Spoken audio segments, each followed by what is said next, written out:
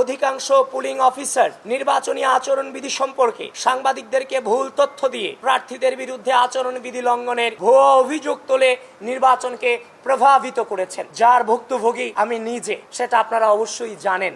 আমি যখন টিচার্স ক্লাবে সকালে যখন প্রবেশ করি, রিটার্নিং অফিসার যিনি সেখানে ছিলেন তার অনুমতিক্রমে এবং তিনি দায়িত্ব নিয়ে আমাকে সেখানে প্রবেশ করিয়েছেন এবং বিভিন্ন বুথগুলো আমাকে দেখিয়েছেন। কিন্তু দুঃখজনক হলেও কিছুক্ষণ পরেই আমি শুনতে পাই যে বিভিন্ন পত্রিকাতে ছয়লাভ হয়ে গেছে যে ছাত্র দলের মনোনীত ভিপি প্রার্থী তিনি আচরণবিধি লঙ্ঘন করে ভোট কেন্দ্রে প্রবেশ করেছেন। আপনাদের মেইন স্ট্রিম মিডিয়াগুলোকে পর্যন্ত বিভ্রান্ত করতে বাধ্য করেছে। মানে ব্যাপারটা এমন দাঁড়িয়েছে যে আগে ছাত্রলীগ ভোট কেন্দ্র দখল করত, ছাত্র দলের ভিপি প্রার্থী জোর করে ভোট কেন্দ্রে প্রবেশ করেছে, যে যেখানে আছেন আপনারা সবাই আসুন, ভোট দান করুন, ছাত্র দলকে প্রতিহত করুন। ব্যাপারটা ওরকমই ছিল এক প্রকার।